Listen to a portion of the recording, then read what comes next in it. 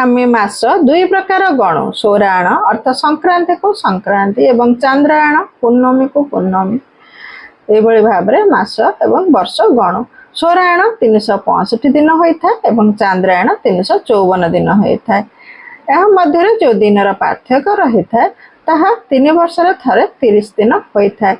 यही 30 दिन को अधिमास व मलमास कह जाए। ए मासरे आपण कार्तिक मास भली दान जप तप तीर्थ यज्ञ आदि कार्य आपण ए मास करि परिबे। ए मास होची मासर इष्टदेव होचंती पुरुषोत्तम तेणु आपण तांको चिंता करंतु। ए मास कौन शुभ कार्य जेपरिक विवाह घर प्रतिष्ठा नुआ जान क्रय नूतन व्यवसाय आरंभ भली कौन शुभ मांगलिक कार्य करा जाए नाही।